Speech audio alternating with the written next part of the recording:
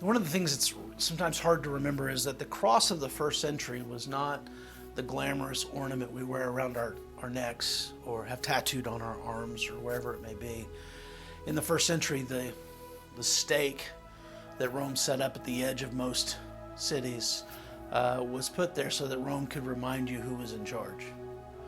And we think about Jesus and the whole idea of the crucifixion and all that was coming.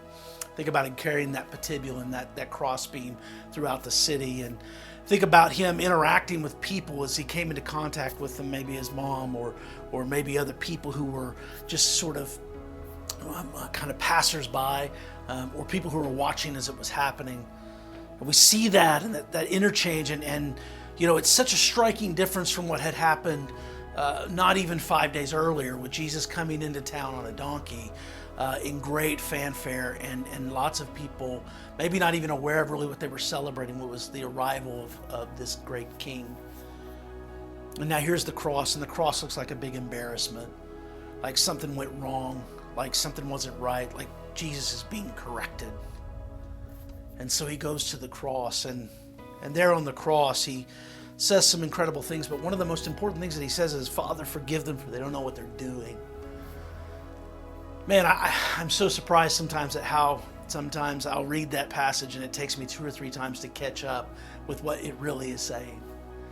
You know, the beauty of Jesus on the cross is, number one, that the kingdom of God is arriving.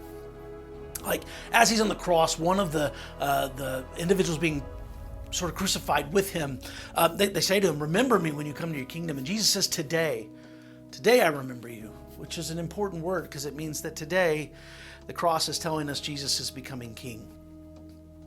And sometimes we forget that. Like, Jesus acts like a priest from the cross when he says things like, "Father, forgive them. Father, forgive them." That's what a priest does.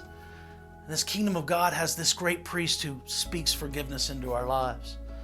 It's this great reminder that God understands what our needs are and that Christ has moved in that direction, and that the kingdom of God is upon us.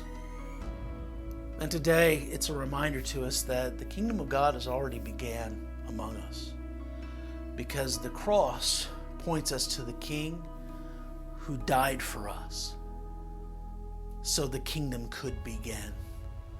But of course, the cross is not the final word. The empty tomb is the final word, and that day is coming. Go in peace.